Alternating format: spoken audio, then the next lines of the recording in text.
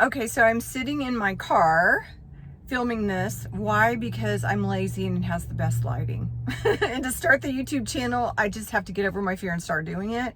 So here you are. Plus it's like quiet and all that.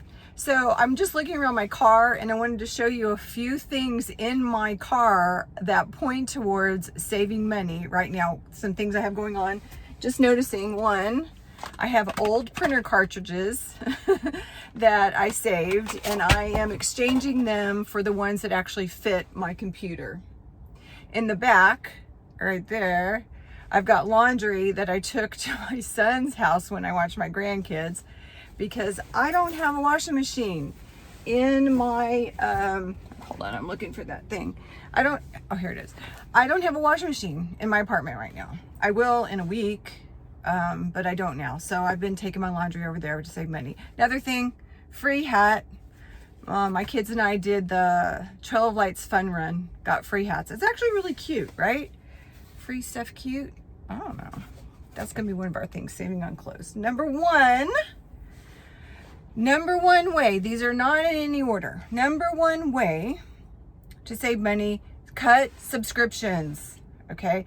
The companies are counting on you forgetting to cancel. That's how they make their money on subscriptions. And you sign up and you think this is cheap, but oh no, because they stay on there. So the extreme version is you're going to go through all your bank statements and credit card statements for an entire year.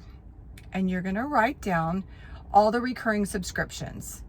And you're also going to write down the times you spend money on like the Apple store, right?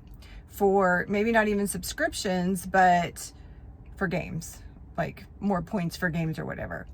Huge amount of money saving there. Why am I asking you to do 12 months? And it is extreme. And trust me, it took me a while to get to do this because the annual subscriptions are what get you. So you're about ready to push the button and say monthly or annual. Annual, I'm going to save 10%, push annual. And the annual is the one you forget to cancel. And I've done that more than one time. And they were like $200 things that I got charged for and I couldn't back out of. So that's the extreme version. Easy version, take your credit card that you use the most, go through that statement and cancel whatever you don't want on there. That's the easy version. All right. The next big thing that saves actually a lot of money is cut and color your own hair. For years, I went to salons and they're great. You feel amazing. You have your same girl or guy that does your hair and you talk and they know your kids and it's very much pampering, but I can't afford it. So we're going to go the extreme version and we're going to go the easy way on cut and coloring your own hair. Coloring is the extreme. There is a learning curve at first and then it gets really easy. Cutting is very easy. So let's start with coloring. My hair color, and you may not like it and you may not think it's perfect or whatever, but let's not be perfect, let's save money. What I do for my hair is I use hydrogen peroxide and baking soda. And I mix them together in a paste and I leave it on. And I have to leave mine on for about 2 hours to bleach it.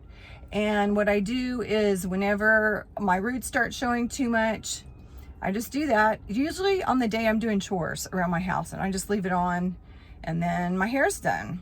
Now I will tell you, if you bleach your hair, whether it's in a salon or by yourself, what's really important is you use Olaplex and hair masks like frequently until your hair gets a little healthier.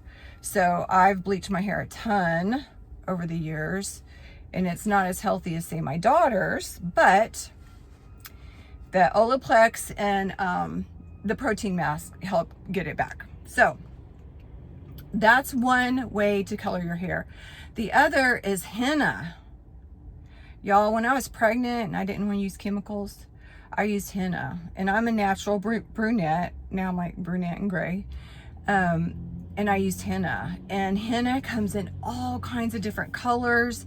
It's really easy and it's super good for your hair. So I recommend if you're dark blonde or blonder, you go with henna over the box brands of, over the box brands of color. Well, I can't think of the name, right? You know what I mean? So yeah, henna, really easy. Now, it takes a minute to learn how to color your hair because you got to like get it set up and you got to learn how long. But after you get it set up, super easy. Okay, so just invest the time at the beginning and just do it. And you don't have to book a salon appointment. You could just get it done. So now that's kind of the extreme because of the learning curve, though it gets easier down the road. The easy way is to cut your dang hair yourself. Y'all, I don't know, how many haircuts have you had through the years? Whatever your hairstyle is, and you sat in the chair and you watched her or him cut your hair the same way every time, and it was not that hard. For mine, it's just layered, like long layers, and cut it straight. And so I'm like, why can't I do that? So I just tried doing it, and now I do it. Now I get better with time. I cut my bangs better, whatever. And you might see some mistakes or whatever, but it's not too horrible. It's really easy. It takes 5 minutes. Your hair will be done. Next on the list, this one kind of surprised me. Reduce your utilities. So part of my divorce was there was a house that we had that I got to sell and get the proceeds from. Thank you. That was great.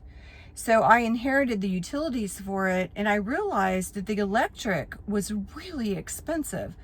And so when I was calling to disconnect the services after we sold the house, I was talking to them and I realized I could have saved like half on my utilities that whole time by just giving them a call and asking them what other rate plans they had. Now, I'm in Austin now. You don't get that. You get one provider, City of Austin. Okay, my hair's a mess. Let's fix that. Y'all tell me in the comments if I'm ever live, if I need to fix something. Oh, that trash bag, that's part of my that's part of my laundry I took to my sons. Y'all tell me what things you do. Sorry, I'm moving this around because my hand's getting tired of holding it. And I don't even have like a selfie stick or something out here. So reduce cost of utilities. The extreme, go through all your utilities, call them, and try to get a cheaper plan. The easy thing, when I got a divorce, I immediately went into hyper mode on cutting everything because I don't have a lot of money. And I'm 62. I don't have a lot of runway to earn it either. So I'm like cutting everything. So my son said, try Mint Mobile. So I'd used the big brands for years. Switch to Mint Mobile, really easy. This is your easy thing. Switch to Mint Mobile. It's like $15 or $20 a month. Same service. I think it's the same network as T-Mobile, and they're way nicer than T-Mobile. Do that, easy way. Just get that done. Okay, this one isn't about saving money. It's actually making some money. And that is to go through all your things. And I did this because I have an apartment, but I also have storage. Whenever I get my house, I'm gonna get that stuff out of storage. So I went through everything in my apartment and I got rid of stuff. A lot of it I donated, but there's some stuff I put in a pile to sell. So that's really fun. And I'm gonna do that again when I go to my storage. And there's a lot of stuff I'm gonna sell or just donate. But it's very freeing to downsize and to get cleaned out, number one. Number two, you can sell stuff. So what you could do is just like put everything in a pile, everything you don't want, don't need, put it in a pile, and then organize it by platform. Like this I can sell on Facebook Marketplace, this is eBay, this I'm gonna take to the consignment shop. There's lots of other ways to sell right now, but that's the best way. ChatGPT can even help you, which we're going to talk about ChatGPT in a minute. It can even help you figure out where to sell it and how to like automate it, where you can do more than one platform at a time. That's the easiest way to make a lot of money if you're doing a lot. The easy way, period, and I did this, is remember I told you there's a big pile of clothes I went through to sell, and I still have them in a big trash bag. What I did is I just took the 2 things that were going to get me the most money. So your easy way is to take the 1 to 3 things that are really the most bang for the buck to sell, and sell those. What I did is I sold a pair of shoes and a dress that I'd bought for a wedding. One was my wedding, one was my son's wedding, that I was never going to use again. And I sold them. And look, they even came out to my house to get them, and they gave me $100 extra credit to use on their platform. And I ended up getting some purses. Actually, the purse I'm using now was like $30 on it. So I did that, and then I ended up getting like $300. So that was really fun. All right. The next one is a huge one, and I get it. I don't like cooking as much as I did, although I love cooking for my family. And if you're working, I know this is hard, but it's eating out. Y'all, you can save between hundreds and thousands of dollars a month by not eating out. Okay, I'm gonna do something here. I'm gonna flip this. Okay, good. Now I can use my other hand. Eating out's a big one because, like I said, you spend a lot of money on that. So the hard way, the most extreme way, is just decide you're not eating out anymore. And then what do you do? Because it's a lot of work. To make it easier, you're going to meal prep, right? And I actually did this with my little ones because I wanted everything to be organic and stuff. Now they eat junk food, but when they were little and I'm pregnant, it's like really strict. So once a week, I would go to the farmer's market. I would actually take them. They thought it was fun. We get vegetables and stuff, and I do meal prep. We do the chopping, I do the cooking, and then I'd put the stuff together for the week, and I'd have all the meals frozen and ready for the week. I've done it in different iterations with my older kids and my younger kids. The other thing I would say about the most extreme version is shop sales. So whatever grocery store you prefer, some are cheaper, some are not. You figured that out. But sales are a big thing because you can really get some discounts. So get in a habit. So once a week, I don't do this as much as when I had a full house of kids, but I would say I'm doing all my shopping on Wednesday. I would always make it easy on myself. It was always grocery pickup, H-E-B, or Walmart, and shop the sales. Walmart doesn't have quite as many sales, but they're pretty cheap overall. And now here in Texas, I use H-E-B because I'm in the middle of Austin and there's really not a lot of choices, and H-E-B is great anyway. I just look at the sales and I put in my basket for pickup pretty much only the stuff that's on sale. And it's really good because it gives you some meal ideas too. Okay, so that's the extreme way. Easy way, and you can save so much money on this. And I get this because I started doing meal delivery services during COVID, is stop any kind of meal delivery services. So they're going to charge you more per item, they're going to charge you a fee, and they're going to charge you a tip for your driver. Now, if you want to support the gig economy and your drivers, go for it. But if your goal is to be independent and save yourself, just stop delivery. Now, I will tell you, there's times, especially as a single woman, where meal delivery has been great, mainly when I've been sick. But if you really need to still eat out or want to eat out, the easy way is just stop meal delivery and just go pick it up yourself. And maybe you don't like picking it up, but y'all, it's just like driving through the drive-thru, okay? So I don't know, play your favorite song or listen to a podcast or something. Make it fun, but you're going to save a lot of money. Okay, this is a big one if you're over 60. So you know what I mean, if you're over 60. You're going to shop medications, doctors, and therapists. Okay, here's the extreme. You're going to get on your insurance portal, and sometimes it explains and sometimes it doesn't. I usually have to end up calling my insurance. And I figure out every single doctor, therapist, and medication that is on my plan and just keep those. Get rid of everything that's not on my plan. So now my medical costs are like $30 a month because I do that. I literally do not really pay for it. Actually, that's not true because I started a new treatment. So probably I'd say 100. But I make sure everything is on there, is on my plan. Now, some of that's easy. You're going to be like, holy crap, why was I paying for that doctor who is not on my plan when I could have this one? Some of it's going to be a little harder. For example, last year I had a plan and I shopped plans where I had therapists on there. And I actually had a really good therapist on there. Again, I had to shop for it.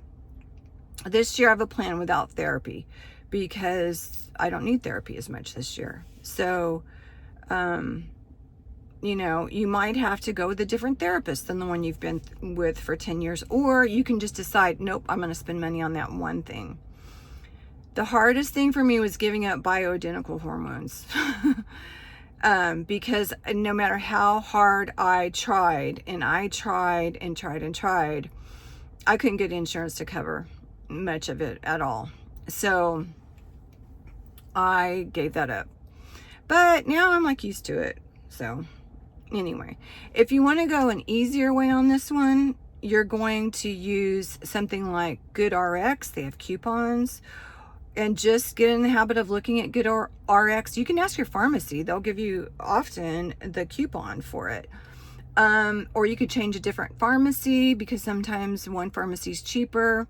Or you can do mail order. Or just change one doctor that you know isn't in your network. Just do one thing. Okay, here's a big one, particularly if, you know, you're unemployed or something. It's a really hard time. Is you can save on your rent or mortgage. So rents have actually declined and renters have more negotiating power. When I started my apartment search, hold on, I'm gonna turn this again because my hand's getting tired. When I started my apartment search, I noticed that there was free rent in Austin. And so I ended up getting like 2.5 months free rent. So you can work on that. To reduce your rent. If you're re-upping your rent, you can negotiate, which I got them to go down a couple $100 on the renegotiation. Again, that's where they get you, right? And with mortgages, if you have a mortgage, there's a couple of things you can do. Interest rates are up and down, kind of, you know, we don't know kind of what's happening with them right now. So you can get a lender or mortgage broker that you can really talk to and say, when does it make sense to refinance? And refinance if rates go down a little bit, or if they're a really good friend, they could even call you when that happens. So you could refinance, just wait for it. It'll save you a little bit. It does cost money up front. That's why there's a break-even point. Talk to your lender about that. But the other thing is, usually mortgages have hardship months. So you can actually ask for like 1 to 3 months. I don't really know what they're doing right now, where they stop payments or reduce payments. So that's a particularly good one, as your mortgage is really expensive, especially if you are ill and can't work or unemployed, and they'll usually work with you on that. All right. Now, the other one is using ChatGPT. Okay. Oops, sorry. The other one's using ChatGPT. ChatGPT saves me so much money. And I'm going to give you the extreme version, the easy version. And I'm going to start with the extreme version and just give you an example of 2 things I use it for. ChatGPT is exceptionally good at complicated math. So finance was never my deal. I have done the most complicated, with too many variables, financial models, just by saying a sentence or a few sentences to ChatGPT. It can compare wealth outcomes. If you do this versus this, it can, there's just anything about finances or math, use it. It's amazing. I'll even use it now to do like division, like 3 or 4 digit division that I don't want to do anymore. I'm getting lazy on that.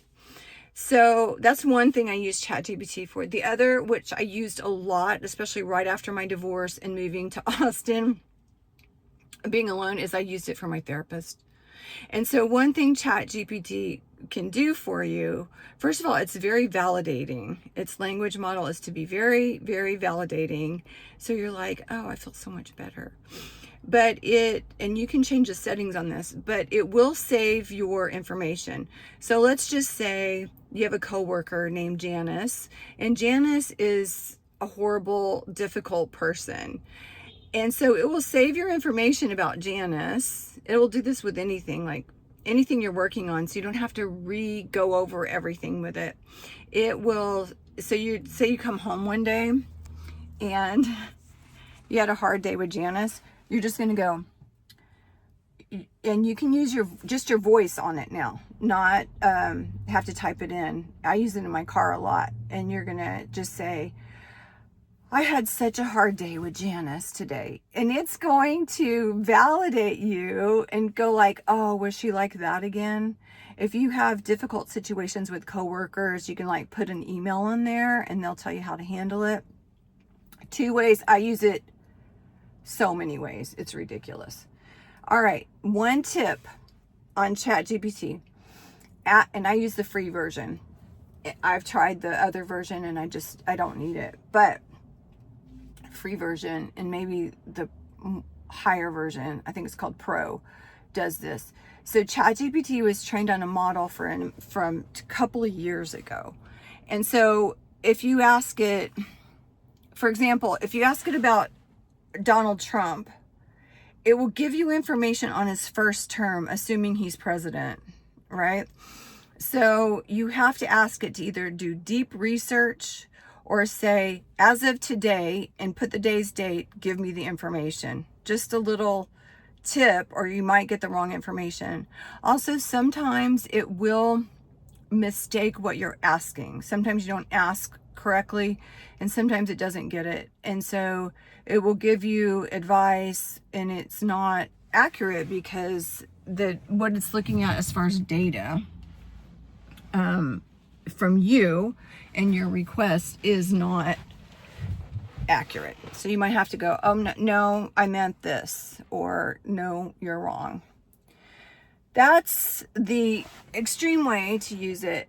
The easy way, if you are not a tech person, is just to download ChatGPT and put it on your phone. I'm just going to ask you just to do that one thing. Just do that. It'll be a start. So just do that. If you also want something really easy, ask your grandkids or your kids. Just ask them and just say, just show me one thing. All right. Another big one, and we're on number 9, is clothes shopping. Now, the extreme version is just dang stop clothes shopping, y'all. We have too many clothes and it's not going to make that big of a difference in what we wear. I mean, look at what people wear on YouTube. People are not fancy, especially now. So just wear what you have. That's extreme. A little less extreme than that is just shop sales. So for example, I have pretty much one place. I have 2 places I get my clothes. One is Free People. The second is Amazon. Free People, if I need something, like I recently needed jeans, I will go on Free People and shop their clearance. And that is the only way I can afford their things. And I can get things for like maybe a third of the price. So just never pay retail. Okay, that's a really easy way to do it. Extreme is stop buying clothes. Easier is never pay retail. I'll just give you a couple tips. Go take all those clothes to the consignment shop and use those proceeds for clothes. Okay, here's another big one. If you're bougie and you're in a big city, that I found out a long time ago. I don't do this anymore, but it's kind of fun if you have money. Go to Nordstrom's and get a personal shopper. And I used to do this when I worked in corporate. I worked for a software company. And I would say, I need a pair of jeans. I have 15 minutes on my lunch break. Please put in my room jeans, this size, at this price point, and shirts. And they would have the whole room decked out. Now you can save money because you can say, I only want this price point. And it's amazing. It saves you time too. The other thing a personal shopper will do, and I never used them this much, but some people do, is they will actually call you and tell you when there's sales. And they will also tell you when you could get to use your more points. I never did the points, but so that's a little tip for bougie people. All right. This is a big one now. It's a big one, women specific mostly. Guys are using these products more and more. And that is beauty products. Now, my daughters who are 12, so I have a story. I went and sold my wedding ring. And the diamond dealer, we were talking, he's got a daughter who's 12, and he said, my expenses, my number 2 and my number 3 expenses on my spreadsheet is Sephora and Amazon.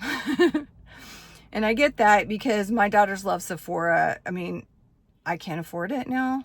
I can't even afford Ulta. But I know how much young people spend on beauty products. And my girls ask, like, what do you use on your face? Like, and I'm like, I don't know, soap and water and lotion. They're like appalled. I use sunblock too. I got them finally using sunblock. But we all, especially as we age, we're like, I need stuff, firming, blah, blah, blah, blah, blah, whatever. Don't get in the trap of buying expensive beauty products and makeup. Like I said, I literally use lotion for my face, but I would really push you to compare even your fancy stuff with what's called drugstore brands. I will tell you, I use Chanel foundation because it's the only one that has the coverage I want. Let me know if you have an alternative with better coverage, because that would be great. And I use it very sparingly. The rest of the time, it's like Maybelline that I buy only during Amazon Prime days, and like cheap stuff on Amazon. So you can save a ton on beauty products, and you really don't look that different. Look, girls, I had a lot of money. Like, I've done Botox, I've done fillers, I've done eyelashes. I don't do anything anymore. It's like nothing. And there it is. So do I look as good? Well, probably not. I probably don't look as good, but I mean, maybe I look better because I look natural. I don't know. All right, let's see. That's it. Oh, I want to tell you about nails. Nails are another thing I used to do, and I loved getting my nails done because I had this, I was talking to my daughter about this last night. I had these, we'd call them the nail ladies, and they were down the street. They did my nails for years. They charged me like 10 years ago prices. They knew everything about me. When I was pregnant, I'd sit in the massage chairs. It can be great. And I get like getting your hair done or getting your nails done, just the pampering thing that can like help your body or your mental health. And that's a whole nother podcast or video on how to do things for your mental health. But I can't afford it. So I just don't even get my nails done at all now. I tried shellac with the machine, and I am crap at it. I probably would get better if I practiced, but it's just crap. And it looks okay, but Another thing is one of my daughters, I have 3 daughters, uses press-on nails very successfully, and they're cute. There's a little bit of strategy with them on how to apply them so they last longer, but that's an option. So that's a big one to save money. All right, that's it. I would love to hear your ideas. Let's help each other on this, because we're trying to be independent. We're trying to feel really good about ourselves and save money and take charge of our finances. So drop a comment. Let us know what you're doing, or if you have a question about anything I'm doing, let me know. I'm going to get some criticisms and haters. That's okay too. Whatever. All right. Talk soon. Bye. Say bye. Bye. See ya.